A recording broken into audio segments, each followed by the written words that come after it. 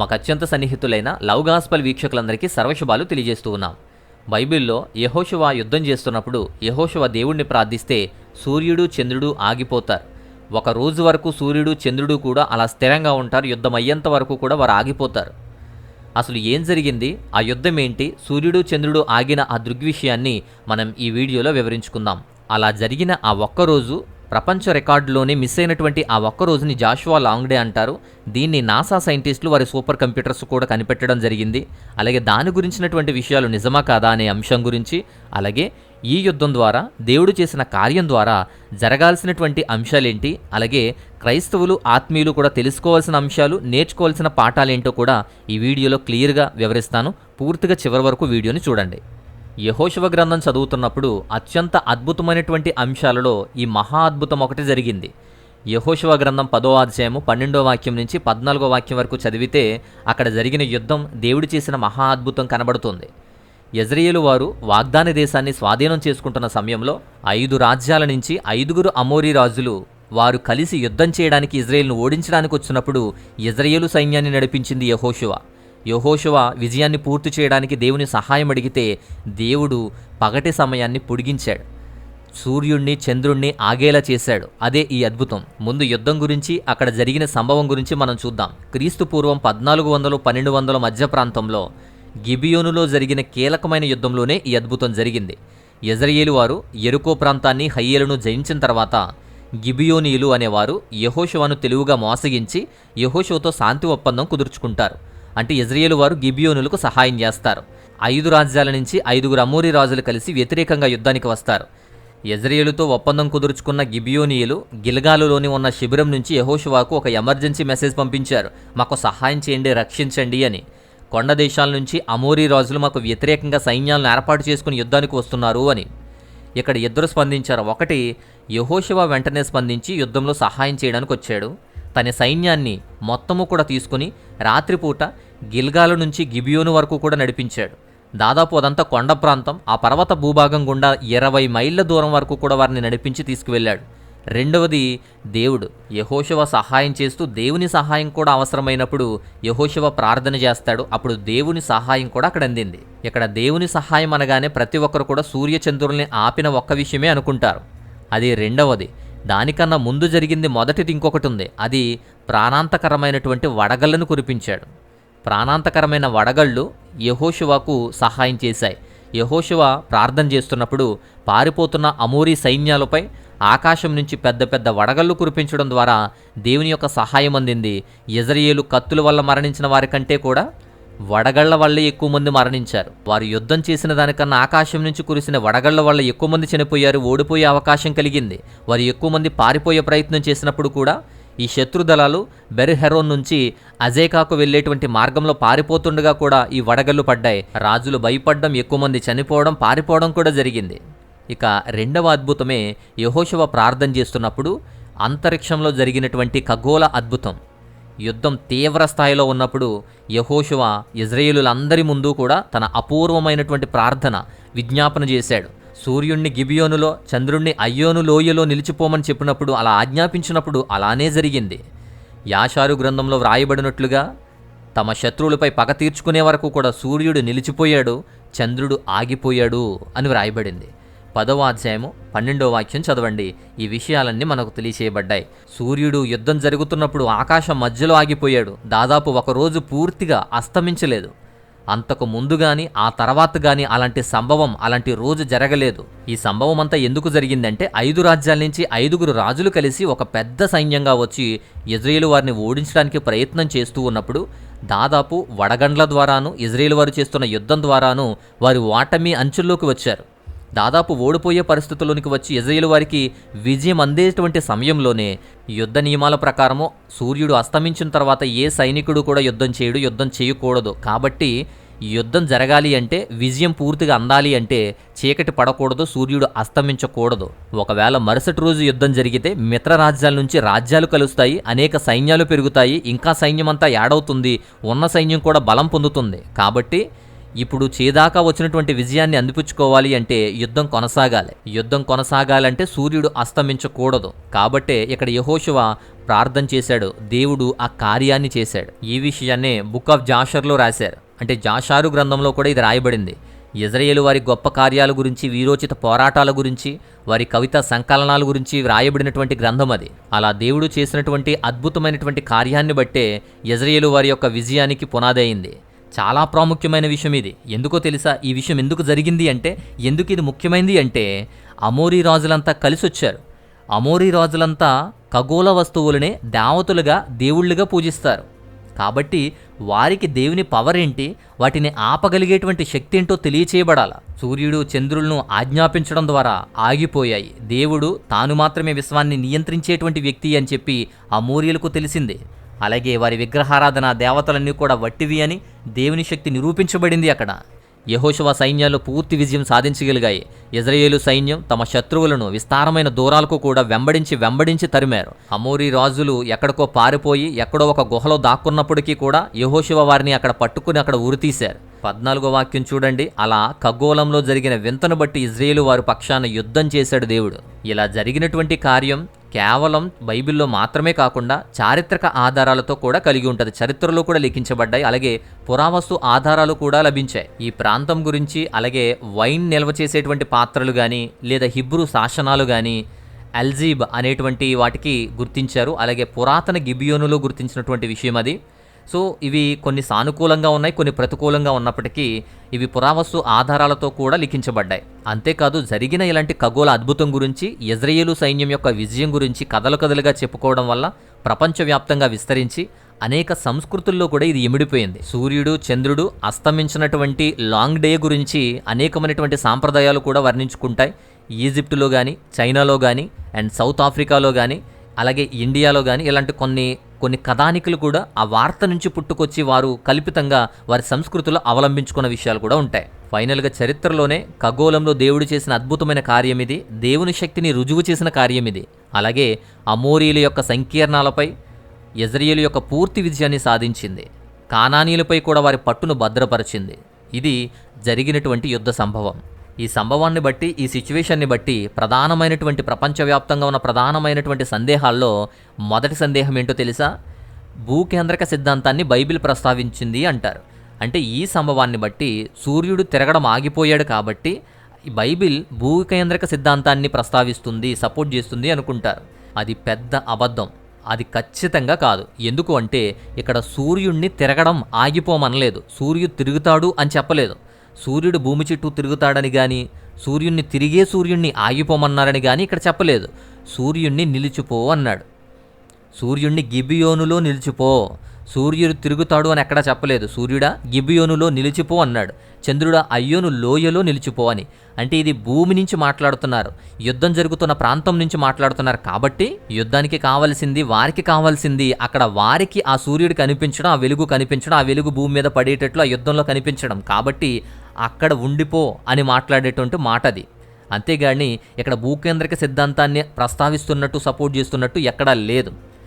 ఈ భూమి నుంచి ఉదాహరించడం వల్ల ఉదయించడం, అస్తమించడం గురించి మాట్లాడతారు. కాబట్టి యుద్ధం గురించి అస్తమించకూడదు, కాబట్టి అస్తమించకుండా ఇక్కడే ఉండిపో అని మాట్లాడుతున్న మాటలు. కాబట్టి ఇది సూర్యకేంద్రక సిద్ధాంతం గురించి మాట్లాడేదే తప్ప భూకేంద్రక సిద్ధాంతం గురించి కాదు. నిలిచి ఉండమన్నారు తప్ప తిరగడం ఆగిపోమనలేదు. ఈ క్లారిటీ మనకు తెలియాలి. ఇక రెండోది బాగా పాపులర్ అయ్యేటువంటి విషయం ఏంటో తెలుసా? మిస్సింగ్ డే అని చెప్పి ఒక థియరీ అనేది ఉంది. కొన్ని సంవత్సరాల క్రితం నాసా శాస్త్రవేత్తలు సూర్యుడు, గ్రహాలు, నక్షత్రాల స్థానాన్ని నిర్ణయించడానికి సూపర్ కంప్యూటర్స్ని క్యాలిక్యులేట్ చేస్తున్నప్పుడు అలా ఒక సమయంలో ఆగిపోతాయి, కంప్యూటర్స్ పనిచేయవు. శాస్త్రవేత్తలు ఈ సమస్యను పరిశోధించడానికి ప్రయత్నం చేస్తున్నప్పుడు ఒకరోజు తప్పిపోయింది అని కనుగొంటారు. పూర్తిగా ఆ ఒక్కరోజును పరిష్కరించలేనటువంటి పరిస్థితిలో ఉన్నప్పుడు వారిలో క్రైస్తవుడు ఆ బృందంలో ఉంటాడు. బైబిల్ తప్పిపోయినటువంటి ఆ ఒక్క రోజు గురించి చెబుతుంది అని చెప్పి గుర్తు చేసుకుని యెహోషువ గ్రంథం 10వ అధ్యాయం 13వ వాక్యాన్ని బట్టి సూర్యుడు చంద్రుడు ఆగిపోయిన విషయాన్ని బట్టి అక్కడ క్యాలిక్యులేట్ చేస్తే కరెక్ట్గా నాసా బృందం వాటిని క్యాలిక్యులేట్ చేసి 23 గంటల 20 నిమిషాలు లెక్కించగలిగారు. కానీ 40 నిమిషాలు మిగిలిపోతుంది. అలా మిస్ అయిన 40 నిమిషాల సంగతి ఏంటి అని చూస్తే అది 2వ రాజుల గ్రంథంలో దొరుకుతుంది. 2వ రాజుల గ్రంథం 20వ అధ్యాయం 9 నుంచి 11 వాక్యాలు చూస్తే నీడ 10 డిగ్రీలు వెనక్కి వెళ్ళడం సులభం కాదు, నీడ 10 డిగ్రీలు వెనక్కి వెళ్ళనివ్వండి అని యాషువ ప్రవక్త యెహోవాకు మొరపెట్టినప్పుడు ఆహాజు సూర్య గడియారం మీద పడిపోయిన నీడను 10 కోణాలు వెనక్కి రప్పించిన విషయం కరెక్ట్గా 40 నిమిషాలకు ఖచ్చితంగా సరిపోతుంది అని చెప్పి నాసా నిరూపించింది అని చెప్పి బైబిల్కి సాక్ష్యంగా వీటిని వివరిస్తారు. ఈ కథ 1960 చివరి నుంచి కూడా క్రైస్తవ సమాజంలో చాలా విస్తృతంగా వ్యాపించింది. చాలామంది పరిశోధన ద్వారా దీన్ని పూర్తిగా తెలుసుకోకుండా చాలామంది వాక్యాల్లో, ఆఖరికి మన దేశంలో కూడా తెలుగులో కూడా అనేక మంది బోధిస్తూ ఉంటారు. ప్రతి సేవకుడు కూడా వీటి గురించి బోధిస్తాడు. అసలు ఈ థియరీ ఎక్కడిది అంటే, ఒక శతాబ్దం ముందు నాటిది యోల్ యూనివర్సిటీకి చెందినటువంటి ప్రొఫెసర్ చార్లెస్ ఏ టోటెన్ అనేటువంటి వ్యక్తి 1890లో ఇలాంటి కథనాన్ని ప్రచురించాడు. ఖగోళ శాస్త్రవేత్త సహోద్యోగిగా ఉండి పురాతన ఖగోళ రికార్డులు అధ్యయనం చేయడం ద్వారా తప్పుపోయిన ఒక రోజు కనుగొన్నాడని చెప్పి ఈయన పేర్కొన్నాడు. అలాగే బ్రిటిష్ ఖగోళ శాస్త్రవేత్త సర్ ఎడ్విన్ బాల్ అనేటువంటి వ్యక్తి కూడా ఇలాంటి థియరీనే తీసుకొచ్చాడు. ఆ తర్వాత 1936లో హ్యారీ రిమ్మర్ అనేటువంటి వ్యక్తి తన పుస్తకమైనటువంటి the harmony of science and scripture అనేటువంటి ఒక పుస్తకం రాసి ఈ కథను దాంట్లో ప్రాచుర్యంలోకి తెచ్చాడు. దానిలో కూడా ఈ టోటెన్ అనేటువంటి వ్యక్తిని, అలాగే బ్రిటిష్ శాస్త్రవేత్త ఎడ్విన్ బాల్ని ఇద్దరిని కూడా దీన్ని ఆవిష్కరించినందుకు కృతజ్ఞతగా కూడా పేర్కొన్నాడు. ఈ హ్యారీ రిమ్మన్ ద్వారా పుస్తకం ద్వారా కూడా ఈ కథ చాలా ప్రాచుర్యంలోకి వచ్చింది. ఆ తర్వాత హిల్స్ కంపెనీ ఈ నాసాతో ఉన్నటువంటి ఒక లింక్, అంటే బ్యాకప్ కోసం ఎలక్ట్రికల్ జనరేటర్లను ఇచ్చేటువంటి కంపెనీ ఏది, నాసాకు ఈ ఒక్క విషయంలోనే కనెక్షన్ ఉంది తప్ప హిల్స్ మినిమల్ అనేటువంటి వ్యక్తి నాసాకు ఈ స్టోరీని కనెక్ట్ చేశాడు. అలా నాసా సైంటిస్టులు కనుగొన్నారు, అలా ఒక్కరోజు మిగిలిపోయింది, ఆ ఒక్కరోజును బైబిల్ ప్రకారం కనుగొన్నారు అని చెప్పి ఆయన ఇంటర్వ్యూలో చెప్పడం జరిగింది. టీవీ మీడియాలో ప్రచురించారు, వార్తాపత్రికల్లో వచ్చింది, అనేక పుస్తకాల్లో రాయడం జరిగింది. ఆయన కూడా చాలా స్ట్రాంగ్గా నాసాకు కనెక్షన్ చెందినటువంటి ఒక కన్సల్టెంట్గా చెప్పుకుంటూ ఆయన అనేక ఇంటర్వ్యూలు, రేడియో ప్రసంగాలు కూడా ఇవ్వడం జరిగింది. అలా వ్యాపించినటువంటి కథ ఇది. అలా దాన్ని నమ్మి ఆ కథని అందరూ ప్రకటిస్తున్నారు. నేటికి కూడా అనేక మంది సేవకులు దీన్ని నమ్ముతున్నారు, దాన్ని ప్రకటిస్తున్నారు కూడా. కానీ అలాంటివి కలిపి చెప్పడం వల్ల అసలైన దానికే మోసం వస్తుంది. ఎందుకు అంటే, ఖగోళంలో జరిగినటువంటి విషయం విశ్వాసపరంగా క్రైస్తవులు అందరూ నమ్ముతారు. పైగా బైబిల్ చాలా ప్రామాణికమైనటువంటి విషయం. అలాగే చారిత్రక పరంగాను పురావస్తు ఆధారాలతో సహా అక్కడ గిబియోనులో కానీ ఇజ్రాయేలు చేసినటువంటి యుద్ధం కానీ అక్కడ నిజమని నిరూపించబడుతుంది. సో అక్కడ జరిగిన సంభవం నిజం, కానీ అది నాసాకు లింక్ చేసి దాన్ని కనుగొన్నారు, ఆ మిస్ అయిన ఒకరోజు దొరికింది అనేటువంటి నిజం లేని, ఎవిడెన్స్ లేని ఒక విషయాన్ని కలిపి చెప్పడం వల్ల కొన్ని అనర్థాలు జరుగుతాయి, వ్యతిరేకతలు కలుగుతాయి, వాక్యానికి కూడా నష్టం కలుగుతుంది. కాబట్టి జాగ్రత్తగా పరిశీలించి ఎవిడెన్స్ లేని, సోర్స్ లేని వాటిని కలిపి చెప్పకూడదని చెప్పి గుర్తు చేస్తున్నాను. అయితే ఇంకొంతమంది గ్రహణ సిద్ధాంతం అంటారు. జాషువా లాంగ్డేని సూర్యగ్రహణం జరిగిందని కొంతమంది ఈ పరిశోధకులు చెబుతూ ఉంటారు. 1207 అక్టోబర్ 30న సంభవించేటువంటి కార్యమని 2017లో కేంబ్రిడ్జ్ యూనివర్సిటీ యొక్క పరిశోధకులు ఈ విషయం గురించి వర్ణించారు. అయితే గ్రహణాలు అనేవి కేవలం నిమిషాలు మాత్రమే ఉంటాయి. సూర్యుడు, చంద్రుడు ఆగిపోయింది గంటలు, ఒక రోజంతా ఆగారు. కాబట్టి దీనికి అదేమీ పొంతన ఉండదు. ఇలా క్రైస్తవులు ఉపయోగించకూడని వాదనలు కూడా ఉన్నాయి. అది కల్పిత భాగమని, గద్య భాగమని చెప్పి అది ఒక పొయట్రీగా రాయబడింది అని ఒకటి, అలాగే నాసా వారు ఒక డేని కనుగొన్నారు, అది బైబిల్ ప్రకారం నిరూపించబడింది అని ఒకటి, అది కాదు అప్పుడు సూర్యగ్రహణం అనేది సంభవించింది, గ్రహణం ప్రకారం అలా జరిగిందని ఒకటి. ఇలాంటివి క్లారిటీ లేని, ఎవిడెన్స్ లేని సోర్స్ను ఉపయోగించి చెప్పడం వల్ల ఆ అబద్ధం అని అది కనుగొన్నప్పుడు అది నిజం కాదు అని తెలుసుకున్నప్పుడు మొత్తం విశ్వాసాన్ని దెబ్బతీసేలా చేస్తుంది.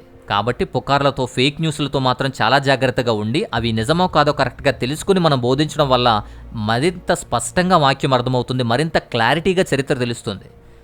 జాషువా లాంగ్ డే గురించి బైబిల్ మొత్తం మనకు చక్కగా తెలియచేయబడింది. బైబిల్ని చక్కగా ప్రామాణికంగా తెలుసుకుంటున్న మనకు మంచి విశ్వాసం పెరుగుతుంది. అలాంటి క్రైస్తవులకు ఈ యుద్ధం ద్వారా, దేవుడు చేసిన కార్యం ద్వారా తెలుసుకోవాల్సిన విషయాలు, బోధించాల్సినటువంటి అంశాలు, నేర్చుకోవాల్సిన పాఠాలు కూడా ఉన్నాయి. అవి కూడా మనం చూద్దాం. మొదటి విషయం, విశ్వాసంతో నడిచే తన ప్రజల కోసం దేవుడు ఎప్పుడూ కూడా సిద్ధంగా ఉంటాడు, దేవుడు పోరాడతారు అని. దేవుడు తన విశ్వాసుల తరపున వ్యక్తిగతంగా కూడా పోరాడతారు. అందుకే యెహోషువ గ్రంథం 10వ అధ్యాయం 14వ వాక్యం చూడండి, దేవుడు ఇజ్రాయేలు పక్షాన పోరాడారు అని వ్రాయబడింది. గిబియోనీలు మోసమున్నప్పటికీ కూడా యెహోషువ వారితో కలిసి ఆ ఒప్పందాన్ని గౌరవించి యుద్ధం చేసినప్పుడు, దేవుని సహాయం అందించినప్పుడు దేవుడు వాగ్దానం చేయడం ద్వారా దాన్ని నిరూపించి ఖగోళంలో ఒక అద్భుతాన్నే చేశారు. అలాగే విశ్వాసులైన మీరు కూడా విధేయతతో, విశ్వాసంతో నడిచినప్పుడు దేవుడు మన తరపున పనిచేస్తాడు. యుద్ధాలు అనేవి భౌతికంగా మాత్రమే ఉండవు, ఆత్మీయంగా కూడా ఉంటాయి. కాబట్టి అలాంటి వాటిని జయించడానికి కూడా దేవుడు సహాయం అవసరం. దేవుడు సహాయం మనకుంటే, మనకు ఆయన తోడుంటే, వ్యతిరేకంగా ఎవరు వచ్చినా, ఎవరు నిలిచినప్పటికీ దేవుడు మనకు విజయాన్ని ఇస్తాడు. ఇక రెండవ విషయం, నేర్చుకోవాల్సిన పాఠం రెండవ విషయం, ధైర్యమైన, సాహసోపేతమైనటువంటి ప్రార్థనా శక్తిని అక్కడ చూశారు. సూర్యచంద్రులు నిలిచిపోవాలి అని యెహోషువ ప్రార్థన చేస్తున్నప్పుడు అక్కడ ధైర్యమైనటువంటి ఒక విశ్వాసం చూడండి, ఒక కమాండ్ చూడండి, అది అసాధారణమైనటువంటి ఒక పవర్ని చూపిస్తుంది. అందరూ చూస్తున్నారు. అందరి సమక్షంలోనూ కూడా యెహోషువ ప్రార్థన చేశాడు. యెహోషువ గ్రంథం 10వ అధ్యాయం 12వ వాక్యంలో అతని ధైర్యమైన ప్రార్థన దేవుని అపరిమితమైనటువంటి శక్తిని గౌరవించి అసాధ్యమైన దాన్ని సాధ్యం చేసినటువంటి విషయాన్ని చూపిస్తుంది. దేవుడు అలాంటి ధైర్యమైన విశ్వాసానికి ప్రతిస్పందించాడు. అలాగే దేవుని చిత్తానుసారం చేసేటువంటి ప్రార్థనలు ఇప్పటికీ కూడా అసాధ్యం కానే కాదు, ఖచ్చితంగా దేవుడు నెరవేరుస్తాడు. ఇక మూడో విషయం, దేవునికి మొదట ప్రాధాన్యతనిచ్చి దేవుని యొక్క మార్గం కొరకు, ఆయన ప్రతిఫలం కొరకు మనం ఎదురు చూడాలి. దేవుని మార్గదర్శకత్వాన్ని వెతకాలి, దేవునికి ప్రాముఖ్యతనివ్వాలి. ఇశ్రాయేలు నాయకులు యెహోవాను విచారించలేదు కాబట్టే గిబియోనీల మోసం అనేది జరిగింది. దైవిక మార్గదర్శకాన్ని వెతకడంలో వైఫల్యం సమస్యలకు దారితీస్తుంది. అయినప్పటికీ కూడా దేవుడు ఆ తప్పును కూడా విడిచిపెట్టి ప్రజల ప్రయోజనం కోసం ఉపయోగించి అద్భుతాన్ని చేశాడు. కాబట్టి పెద్ద పెద్ద నిర్ణయాలు తీసుకునే ముందు ఎప్పుడూ కూడా దేవుని వివేకాన్ని, జ్ఞానాన్ని వెతకాలి, సమాధానం అందుకోవాలి. ఇక నాలుగో విషయం, సృష్టి మీద దేవుని సార్వభౌమ అధికారాన్ని తెలియజేస్తుంది, దేవుని పవర్ని తెలియజేస్తుంది. సూర్యుడు, చంద్రుడు నిశ్చలంగా ఆగిపోయాడు అనే అద్భుతం నిజంగా ప్రపంచంపై దేవుని యొక్క సార్వభౌమ అధికారాన్ని తెలియజేస్తుంది. చాలా ప్రాముఖ్యమైన విషయం ఇది. ఎందుకో తెలుసా? ఈ విషయం ఎందుకు జరిగింది అంటే, ఎందుకు ఇది ముఖ్యమైనది అంటే, అమోరీ రాజులంతా కలిసి వచ్చారు. అమోరీ రాజులంతా ఖగోళ వస్తువులనే దేవతలుగా, దేవుళ్ళుగా పూజిస్తారు. కాబట్టి వారికి దేవుని పవర్ ఏంటి, వాటిని ఆపగలిగేటువంటి శక్తి ఏంటో తెలియచేయబడాల. సూర్యుడు, చంద్రులను ఆజ్ఞాపించడం ద్వారా ఆగిపోయాయి. దేవుడు తాను మాత్రమే విశ్వాన్ని నియంత్రించేటువంటి వ్యక్తి అని చెప్పి అమోరీయులకు తెలిసింది. అలాగే వారి విగ్రహారాధన, దేవతలన్నీ కూడా వట్టివి అని దేవుని శక్తి నిరూపించబడింది అక్కడ. ఇక ఐదవ విషయం, ఆత్మీయ యుద్ధంలో కూడా పట్టుదల. సుదీర్ఘమైన యుద్ధానికి ఓర్పు, పట్టుదల చాలా అవసరం. యెహోషువ సైన్యం దైవిక బలంతో నిరంతరం పోరాడుతూ ఉన్నారు. పర్వత ప్రాంతాల్లో 50 మైళ్ళకు పైగా నడిచారు. ఆత్మీయ యుద్ధాలకు కూడా తరచుగా కృషి, పట్టుదల అవసరం అని చెప్పి దీని ద్వారా మనం తెలుసుకోవాలి.